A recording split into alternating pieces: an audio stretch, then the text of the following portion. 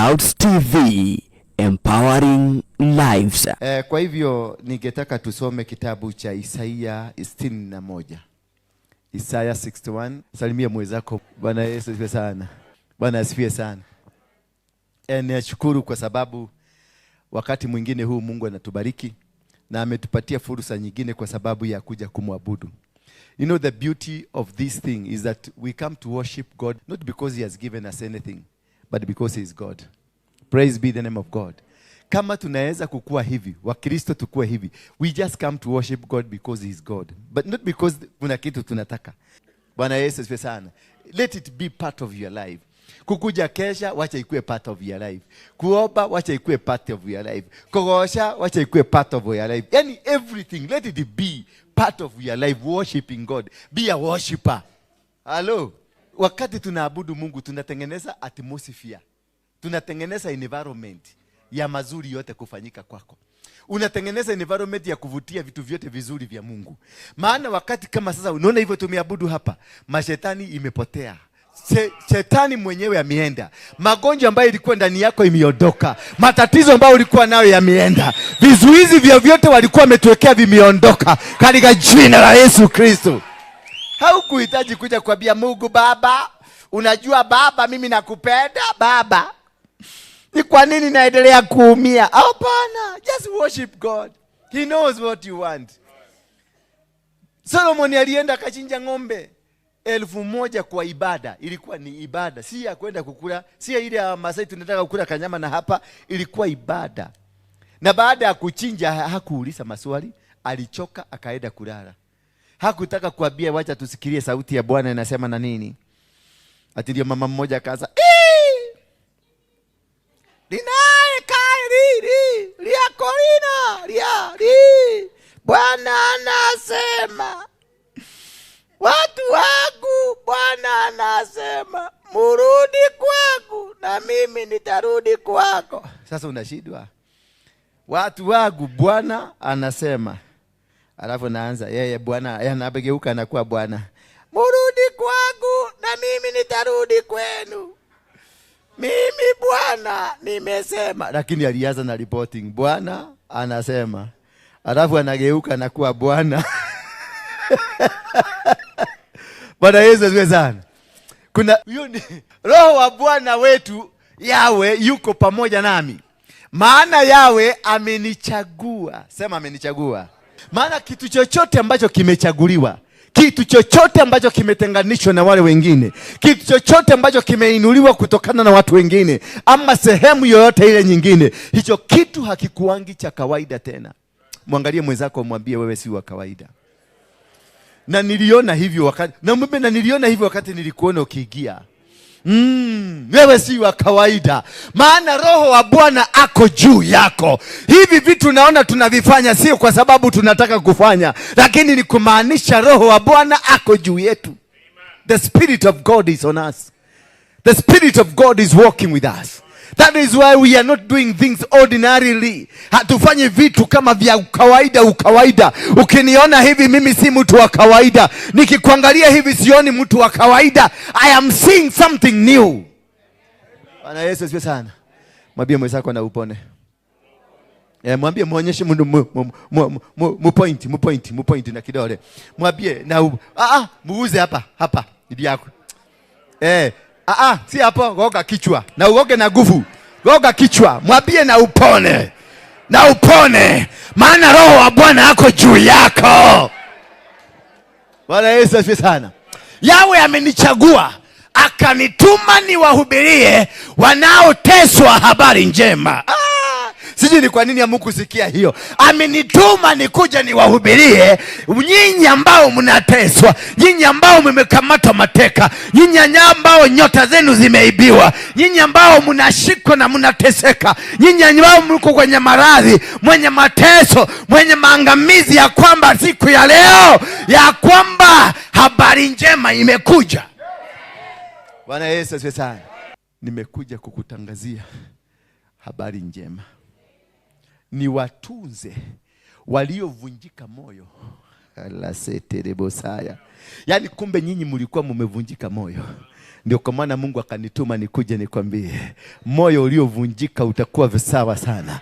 Mungu amerekebisha chochote ambacho kilikuwa kimesababisha moyo wako uiname. Maana ulikuwa umeinama kwa sababu kuna tatizo fulani lilikuinukia. Kuna mapepo ambayo yalisema haufaulu.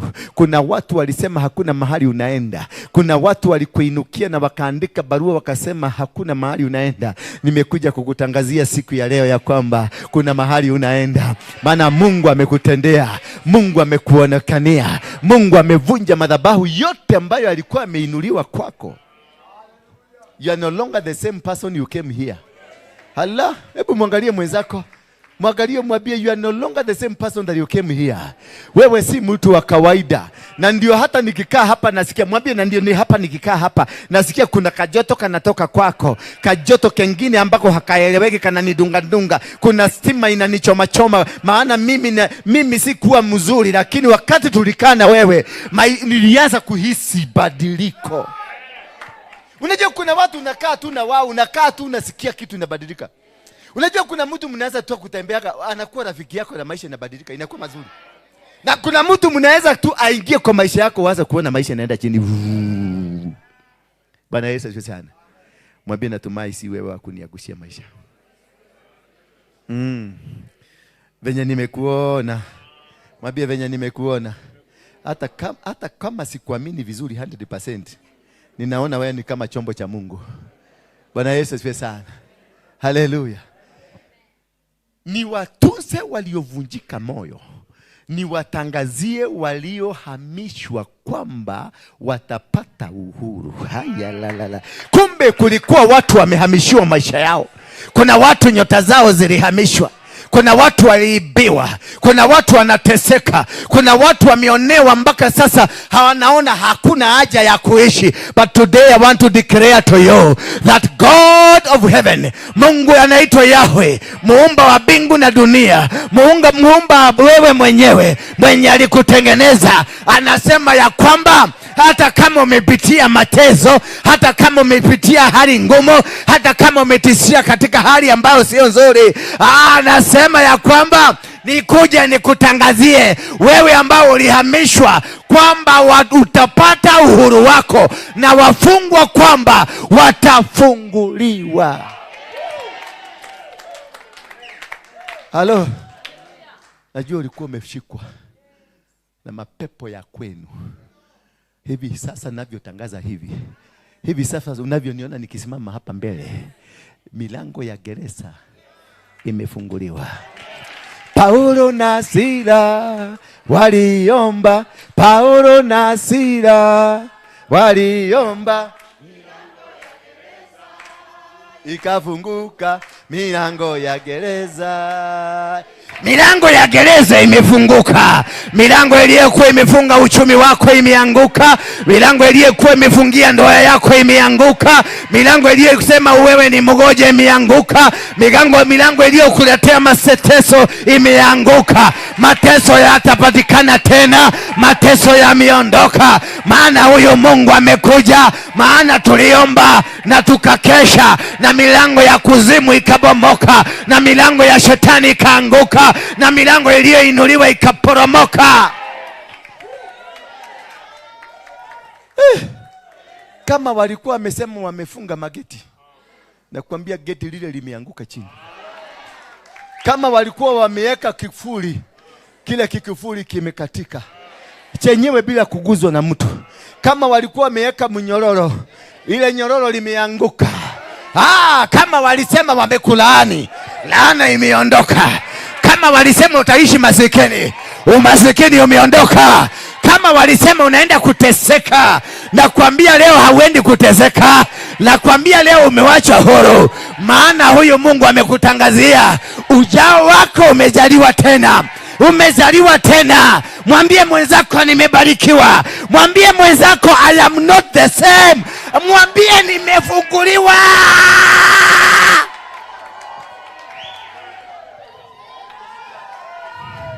Ubaya ya watu, nitumie tu watu wengine, napendaka kutumia Waluya. Wana Yesu asifiwe sana. Waluya wakibeba kuku kutoka kwa nyumbani, wanaibeka wanaishika hapa. Alafu kichwa inaangalia kule imetoka. Mwili mwingine inaangalia kule inaenda. Sasa by the time ifika kule inaenda, haijuangi kule imetoka. Hata ikiachiliwa inasubanga tu hapo. Sasa hata ukitangazia watu hapa wameachwa huru na kutaka tu wamekaa chini. Bana wamezoea kushikwa mateka. Wamezoea kufungwa minyororo. Hata useme umewachwa huru hawezi kusimama. Hata useme wamefunguliwa hata hajui amefunguliwa. Hata useme hawezi rukaruka, maana anafikiria nyororo bado imemkamata. Anafikiria bado yeye ni mateka, maana amezoea jela, na hata ukimwambia ondoka jela anakuuliza mimi naenda wapi? Ruka na uruka kidogo. Kama unaamini umefunguliwa. Kama unaamini umefunguliwa. Tembea kidogo.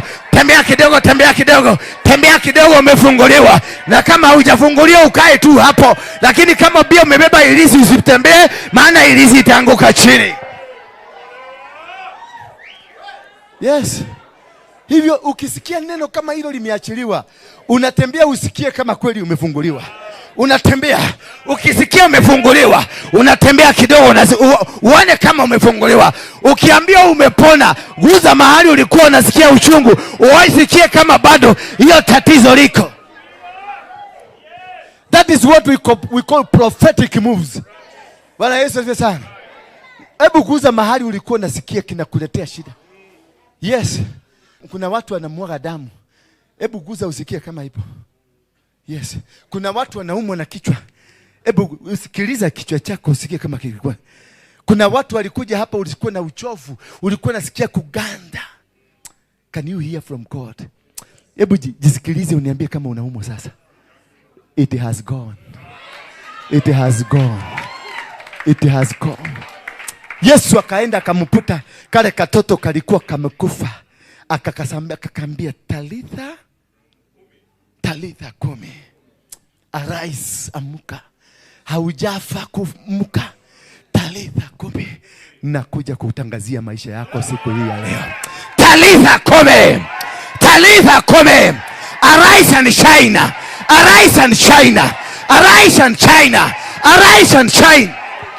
You may be seated. Keti tu kidogo dakika moja. If nothing will change in you today, if nothing, kama hakuna kitu kitabadilika, enda kwa Waislamu kutoka kesho. Vaa buibui na utembee na buibui. Bwana Yesu asifiwe sana. Kama huyu Yesu haumuoni hapa, kama hauoni malaika wa Mungu hapa, kama haumuoni huyu Mungu hapa, I want to tell you tonight, then you are blind. Na si blind ya bride, ni bride, spiritual bride, and not only blind, but you are spiritually dead. But I want to declare and decree now, whoever that has been living a spiritual death, Talitha kum. Arise! Arise! Arise! Arise! And shine! Yes. Bwana akasema, tuendelee. Verse number 2. Amenituma. Huyu Mungu amenituma. Ola masaya ndoro bosa. Amenituma kutangaza mwaka wake wa neema. Si mwaka wa kesho. Mwaka huu. Maana ndio mwaka wa neema. Mwaka huu ndio wa baraka yako. Kama walisema hautafaulu, mwaka huu ndio unapata baraka. Kama walisema hautaolewa, mwaka ndio huu. Kama walisema kazi yako haitafunguka, mwaka ndio huu. Na sio mimi nimesema, Mungu ndio amesema ati mwaka ni huu. Ni mwakoyo. Mwaka ni huu. Ni mwakoyo. Ti mwako shoge. This year, this is the year that God said you are going to be blessed. Bwana Yesu asifiwe sana. Huu mwaka ndio tunavunja madhabahu yote. Huu ndio mwaka revival inaingia. Huu ndio hata wakisimama kufunga, maana watajaribu kufunga. Hata wakisimama kuzuia, maana watataka kuzuia. Lakini wakija kugeuzua hivi, watakuja kujua ni nani walikuwa na dili na yeye. Ni maana hawakujui. Be seated kidogo, kaa chini kidogo. Kaa chini nikwambie. Yes. amenituma kutangaza mwaka wake wa neema na siku ya Mungu wetu, kulipiza kisasi, kusudi ni wafariji wote wanaomboleza.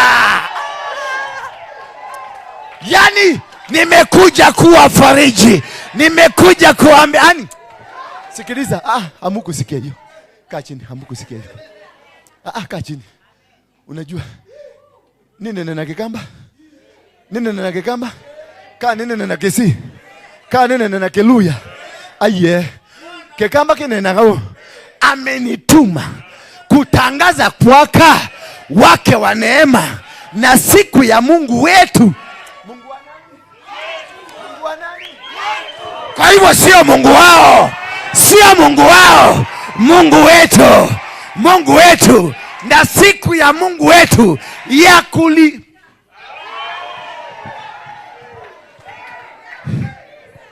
Kwa hivyo kuna mtu anapigwa, kuna mtu anabondwa, kuna mtu anaangushwa, kuna mtu anapia. Ati Mungu wako anakuja kulipisha. Mateso umeyapitia, nguzo umezipitia, wachawi waliokutesa, waliokuinukia, waliopigana na wewe, waliokunyang'anya, walioharibu ndoa yako, walioharibu kazi yako, walioiba mali yako, Mungu wako anakuja kulipisha.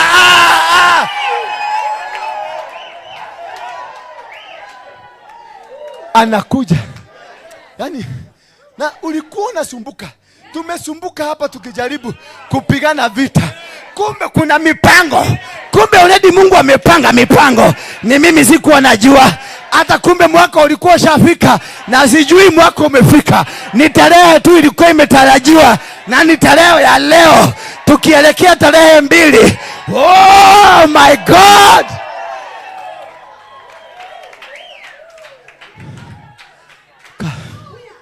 Kaa chini.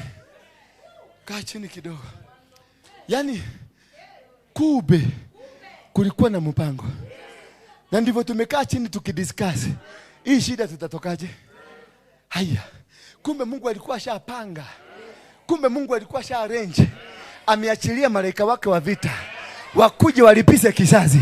Wale ambao wanaomboleza, wale ambao wanalia, wale ambao wanatezeka, waliokamatwa, walioshikwa nyara. Allah basendere bora ndara. Yekelele lolo. Yanzara la la babo sekenderere. Yani kumbe Mungu alikuwa amenipangia mazuri hivi. Just imagine how God is beautiful. Watakuzuia, lakini ongoja wakati ufike. Maida ikifika, Mungu atalipiza kizazi. Maana mji unaenda kuachiliwa huru. Maana maisha yako yanaenda kuachwa huru. Maana njia zako zinaenda kufunguka. Maana kilimo chako kinaenda kufanya. Kazi yako inaenda kuinuka. Mipango yote Mungu aliyokupangia inaenda kuregeshwa. Nyota walioiba inaenda kuregeshwa. Nguzo zilizoibwa zinaenda kuregeshwa. Biashara iliyochukuliwa inarudishwa. Huduma iliyochukuliwa inarudishwa. Ndoa iliyochukuliwa inarudishwa.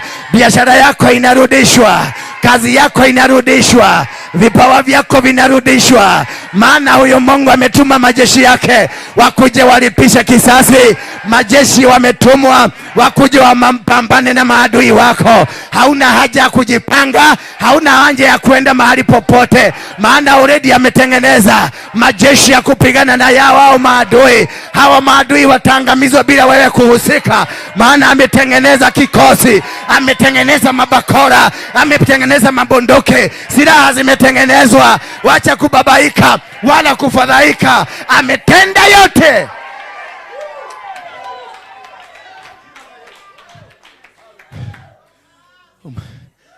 Keti tu kidogo. Keti kidogo. Kuna mlipuko inaenda kulipuka hapa. Kuna mlipuko inaenda kulipuka Nairobi. Kuna mlipuko inaenda kulipuka Kenya. Wamekutesa ya kutosha. Sasa waambie Mungu anakuja. My God is coming. Ola basende. My God is coming. My God is coming. I had never seen this verse. Kumbe God had prepared na kuwapa wale wanaomboleza katika Sayuni taji la maua, pahali pa majivu, juu ya kichwa, mafuta.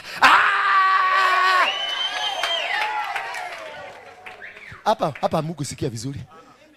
Hii haiko kwa Biblia yako. Hii haiko. Anasema baada ya kusaidia wale wanaoomboleza na kuwapigania, namba 2 atafanya nini? Ni atawapa na kuwapa wale wanaoomboleza katika Sayuni nitawavalisha taji la maua pahali pa majivu juu ya kichwa. Yani majivu waliokuweka yanaenda kuondolewa. Majivu waliutoweka wanaenda kuondolewa. Utawekwa maua juu ya kichwa chako. Taji la maua. Ugainie gukugemia, gainie gukugarurira muturire wako. Atabadilisha maisha yako, atakuvalisha taji. Walikuwa wamesema wewe uko na jivu, walisema unanuka, walisema haufai, walisema hakuna mahali unaenda. Ndio kwa maana walikupaka matope ya mafi ya ng'ombe. Lakini huyu Mungu atakuosha vizuri, atakuosha kichwa chako, kisha ataekelewa maua juu ya kichwa chako. Ataweka taji juu ya kichwa chako. Kimotoine wako utawekelewa maua. Hebu guza kichwa chako, guza kichwa chako, kutaekelewa maua hapo juu. Wataekelewa. Yani unajua anasema nini? Atakuvalisha taji la kiufalume.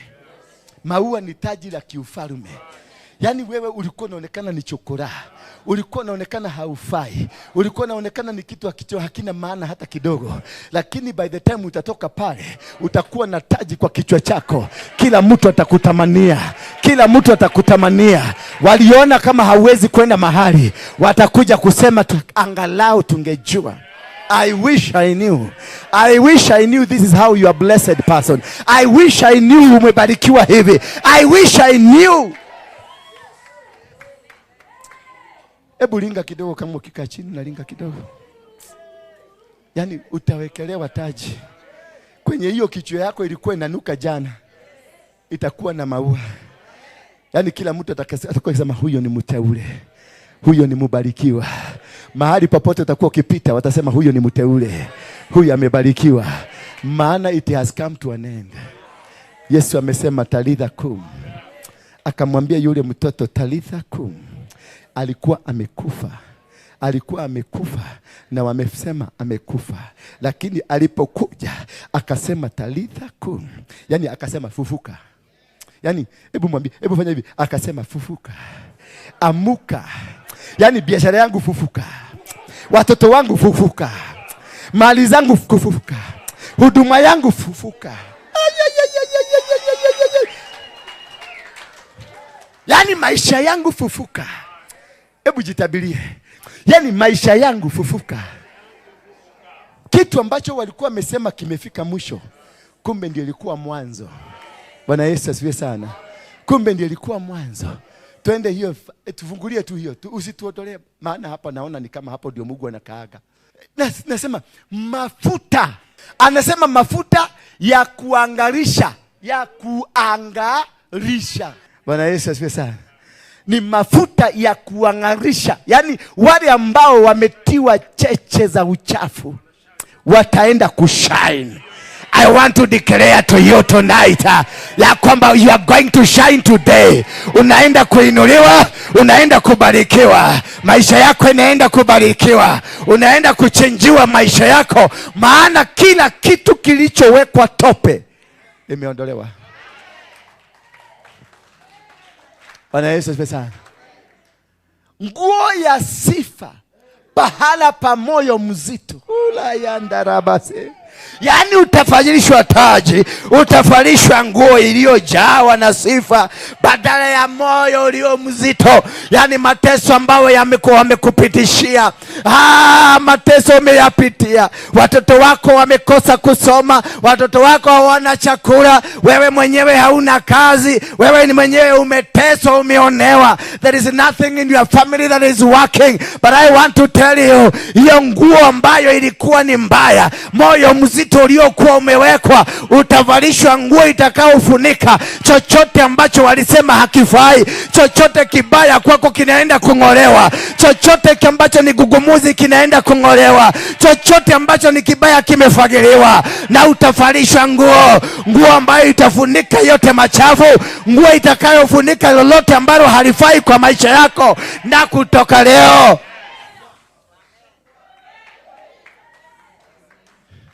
yani atakuvalisha nguo. Oh my God. Moyo ulikuwa mchafu, moyo ulikuwa umenyanyapaliwa, yani you are living like you are dead. Ulikuwa umedhurika mpaka haueleweki. Nothing in you was working. They neglected you, they avoided you, they didn't like you. My sick Ndura. Yani ulikuwa ulifiwa na mainiro akakufukuza. It is bad. Ulikuwa kazini wakakuonea, wakakupangia kila kitu kibaya. They planned everything against you. I want to tell you, whatever walipanga, yani utavalishwa nguo iliyojawa na sifa, nguo iliyojawa na utukufu wa Mungu. Pahali pa moyo uliokuwa mzito, yani moyo wako ulikuwa mzito, instead God will change the whole situation. Uzito wa moyo wako utaondolewa, na pahali pake utavalishwa nguo iliyo na metameta, nguo iliyojawa na mafuta ya Mungu, nguo iliyojawa na baraka za Mungu, nguo iliyojawa na neema za Mungu. Bwana Yesu asifiwe sana. Tuendelee hapa kwingine. Inasema namna gani? Nao wataitwa Yawe aliyopanda kuonyesha utukufu. Yani unajua nimesoma hapo polepole ndio uelewe. Nimesoma polepole ndio uelewe ya kwamba naona kama hamnielewi. Nikusomea Kisugu.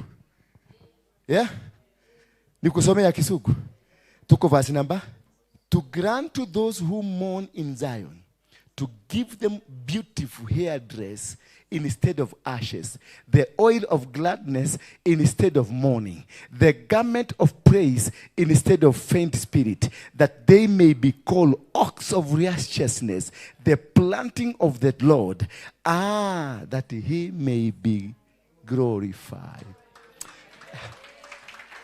Yani Biblia inasema yote ambayo yanatendeka leo ni kwa ajili ya utukufu wa Mungu. Sio kwa sababu yako. And God has done this. Amefanya hayo yote because of greatness, because of glory, because of his righteousness. Bwana Yesu asifiwe sana. Tuende verse 4. Mutigihota. Yes. Unajua kuna venye wameona nimeanza kupenya. Wakasema wacha tuwekee buroko. Nishapenya. Nimepenya. Yes, kana vitu zako. Watayajenga upya mabomoko ya zamani. Yani nyumba yako iliyobomolewa, vitu vyako vilivyoangushwa, neema yako iliyoibiwa, ndoa yako iliyoporomoshwa, kazi yako walioiangusha chini, huduma yako walioifunga chini, nataka nikwambie itajengwa upya. They will raise you up again. Mabomoko ya zamani. Wataisimika miji iliyoharibika tangu mbele. Yani miji vijijini kule pale miji ilikuwa imebomoka, yanaenda kujengwa pia miji mapya. Wanaenda kujenga new territories. Watajenga new territories zinajengwa kwako. Hata kama walisema ni magofu ya manyumba, Mungu anaenda kuinua. Walisema hakuna kitu kinaweza kutoka kwenu kizuri, but I want to assure you tonight, Mungu anakujenga leo. Mungu anakujenga. Waliwacha kama nyumba yako imeporomoka, God is raising your house once again. Walikuacha kama biashara yako imeanguka, the business is coming up again. Waliacha wakasema huduma yako imefungwa. Nataka nikwambie siku ya leo, whatever it is, huduma yako inaenda kuinuliwa, inaenda kujengwa tena, inaenda kuinuliwa tena, unaenda kubarikiwa tena, in Jesus mighty name. Hallelujah. Mabomoko ya zamani Wataisimika miji iliyoharibika tangu mbele. Wataitengeneza miji iliyobomolewa, uharibifu wa vizazi vingi vilivyopita. Yani ulibomolewa wakati wa kukaa. Ulibomolewa wakati wa kukaa. Ulibomolewa miaka 800 iliyopita. Na kwambia miaka 800 iliyopita inaenda kurekebishwa na siku moja. Mwaka huu miaka 800 ndio inaenda kurekebishwa. Miaka 800 ama 900, miaka mingi iliyopita, kizazi chenu chote kimeishi kwenye umasikini. Wewe ndio umetumika. Mwambie mwenzako, niene nidirahodeka, mwambie na kidogo yako, mimi ndio natumika kurekebisha kazi ya miaka 700, kazi ya miaka 800, kazi ya miaka 900. Ndio kwa maana tunaingia mji wa Nairobi kurekebisha. Mapepo ya Nairobi tusikilizeni. Mapepo ya Nairobi tusikilizeni. Hamutatuzuia. Hamutatuzuia. Tutaingia moja. Tuko mji. Tuko ndani ya mji. Yes. Wabie wazuie. Merema higereli. Tumepatiwa ruhusa. Sio kama mnanielewa. I don't know whether you understanding the mantle you are being given. Yani, ate tumepatiwa ruhusa ya miaka 1000. Tusome hapa, tusome hapa. Watayajenga, wanani? Watayajenga upya mabomoko ya zamani. Wataisimika miji kama Nairobi iliyoharibika tangu mbele. Hata kabla ufike hapa duniani walikuwa miharibu. Ile ruhusa umepatiwa ati utaijenga Nairobi upya. Nilisikia Ruto akisema mambo ya 60 years. We are not going for 60 years. Before the end of this year, we are going to capture the city. By tomorrow, by second. Leo ni siku ya mwisho ya mwezi. Wow, leo ni tarehe ngapi? Allah, tushavuka. Tushavuka. Yani ya kwamba kazi imeanza. Kumbe ndio Mungu ametuambia, ametupatia kazi. Ametuambia tunaenda kujenga Nairobi. Tunaenda kusimika vitu vilivyoharibiwa tangu kule mbele. Wataitengeneza miji iliyobomolewa. Sio mji tu wa Nairobi. Shika statement yangu. Wataijenga miji. Tunaenda kujenga miji. Tunaenda kujenga Mombasa. Safari imeanza, tunaenda Mombasa. Safari imeanza, tunaenda Kisumu. Tunaenda Eldoret. Tunaenda Nyeri. Tunaenda Kiambu. Tunaenda Sugoi. Tunaenda kila mahali. Kujenga tena. Kujenga madhabahu mapya ya Mungu. Wataitengeneza miji iliyobomolewa. Uharibifu wa vizazi. Yani sijui kama mnania. Hiyo hamkuelewa. Hiyo hamkujua. Hamkuelewa. Mumeelewa nini? Yani vitu viliharibiwa na vizazi. Sio kizazi. Vitu viliharibiwa na vizazi. You are going to repair. You are going to repair the altars. You are going to repair the altars. You are going to repair the cities. You are going to repair territories. You are going to repair. Tunaenda kurekebisha. Tunaenda kurekebisha vitu ambavyo viliharibiwa vizazi vingi vilivyopita. Sijui kama naona ni kama hamkuenda shule vizuri. Naona kama hamkuenda shule vizuri. Yani wageni watakuwa hapo. Si ni wazungu na hawa na akina Duare. Wageni watakuwa hapo kuwashungia makundi yenu ya nyama. Yani tukikula nyama watashunga nyama zetu. Tutachoma nyama wachunge. Sio wakule. Wachunge. Kama tukisali. Tukiambia Mungu, oh Father, we glorify. Wageni watakuwa hapo kuwashungia makundi yenu ya nyama. Watawalimia. Watalima mashamba yetu. Watakuja kufanya kazi kwetu. Watakuja kufanya kazi kwetu. Na kuwatuzia mizabibu. Yani matakuwa mashamba boy na mashamba girls. watakuwa mashamba boy na mashamba girls. Tukitukuza Mungu, tukiinua mikono yetu kwa Mungu, watakuwa wakilima. Mego dieroru. Nihesha roru. Wataenda na anoge. Kaa chini bado. Hujapata uhondo, ndio tunaanza. Mwambie mwenzako ndio tunaanza. Hautatumika tena kwa mikono ya wageni. No. Sisi ndio warithi wa dunia hii. Sisi ndio warithi wa nchi hii. This is our nation. This is our motherland. Watakuja kufanya kazi. Yes.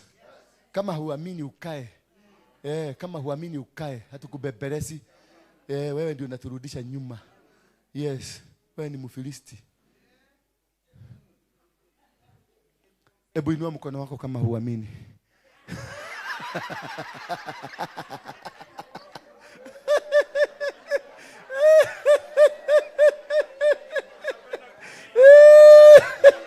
Nikupenda wanapenda kutii. Maana wamelisikia neno. Na neno limepenya.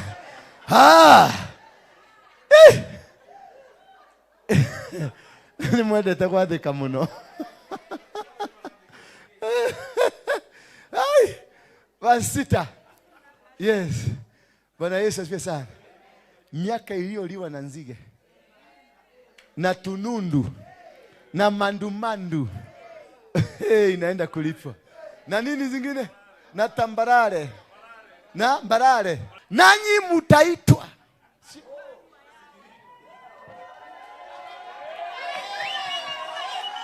Nanyi mutaitwa. Nanyi mutaitwa. Nanyi mutaitwa. Nanyi mutaitwa. Mutaitwa makuhani. Wa Yahwe. Mutaitwa watumishi wa Mungu wetu. Mutafaidika kwa utajiri wa mataifa. Mutakuzwa kwa mali zao.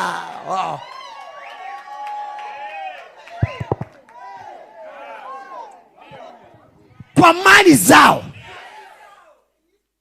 Tutafaidi mali zao. Ng'ombe zao. Biashara zao. Madhabahu, dhahabu zao. Turudi nyuma kidogo. Turudi nyuma. Maana nimeona hakuna kitu mmeshika. Nanyi mutaitwa. Si mujibu. Nanyi mutaitwa. Nanyi mutaitwa. Mutaitwa makuhani wa Yahwe. Mutaitwa watumishi wa Mungu wetu. Mutafaidika kwa utajiri wa mataifa. Yani mataifa watalete utajiri. Mataifa watalete vitu zao. Mataifa watawatumia watu wa kufanya kazi kwenu. Mataifa watakuja na utafaidi kwao. Utafaidika. Watakutajirisha. Watakunufaisha. Watakuinua. Mutatukuzwa kwa mali zao. Mutatukuzwa kwa mali zao. Yani mali zao ndio watasema huyu mtu ni mbarikiwa. Watapokonywa, upatiwe. Watu wote wakikuona unaendesha maprado wanasema huyu amebarikiwa. Lakini kumbe ni mali zao. Kumbe ni mali zao. Kwa hivyo wa Somalia wananyang'anywa, wa Ethiopia wananyang'anywa, wa Tanzania wananyang'anywa, wa South Africa wananyang'anywa, wa Ghana wananyang'anywa, Amerika itanyang'anywa, Uingereza itanyang'anywa, kule Lebanon watanyang'anywa, kule kote watanyang'anywa. Zitaletwa hapa Kenya. Zitaletwa hapa Kenya. Tutalinga na mali yao. Tutalinga na mali yao. Maana sisi ni makuhani. Watalete mali yao kwetu. Maana sisi ni makuhani. Na sisi tutaitwa watumishi wa Mungu. Maana kweli tumesimama na kutajwa kama watumishi wa Mungu. Maana sisi ni watumishi wa Mungu. Kama hii haitakubariki, ondoka hii dunia. Basi 7. Nakwambia ndio tunaanza kusoma. Kaini chini. Just have a seat. Kama haikusaidii. Yes, depart from this. Tafuta passport ya kwenda kukugine. Yes. Maana wewe ni mgeni. Kama haufaidiki wewe ni mgeni. Na umesikia wageni watafanya kazi gani? Hey, kama wewe ni mgeni inua mkono yako juu. Yes. Kwa vile mlipata haya mara mbili, watu wakaona kwamba mazarao ni majaliwa yenu, sasa mutapata sehemu mara mbili, kwa kuwa mali yenu na furaha yenu itadumu milele.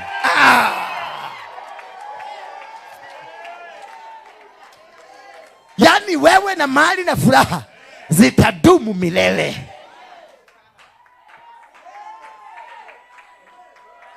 Badala ya aibu yenu mtapata maradufu, na badala ya fedheha wataifurahia sehemu yao. Basi katika nchi yao watamiliki maradufu, furaha yao itakuwa ya milele. Unajua ninasoma hapa mnakosa kuniamini. Nilitaka asome ndio muamini. Yaani furaha yako itaishi, ni agano. Yani mimi Yawe napenda watu wafuate sheria yangu. Ninachukia unyang'anyi na uovu. Nitawatunza watu wangu kwa uaminifu. Nitawafanya nao agano la milele. Inua mikono yako juu. Simama kwa miguu yako. Najua ujiga wa Kristo wanakaga chini, Mungu akienda kuwabariki. Simama juu kwa miguu yako. Sema, inua mikono yako juu yote miwili. Nataka tufanye agano na Mungu. Kusema Mungu, sema Mungu, muumba mbingu na dunia, Baba ya Yesu Kristo mwana wetu, nimekuja mbele zako kufanya agano mimi na wewe, ya kwamba nitafuata sheria zako, nitakaa kwa mapenzi yako, nitafuata njia zako. Mungu nisaidie. Sema amina. Umepata maagano na Mungu. Thank you.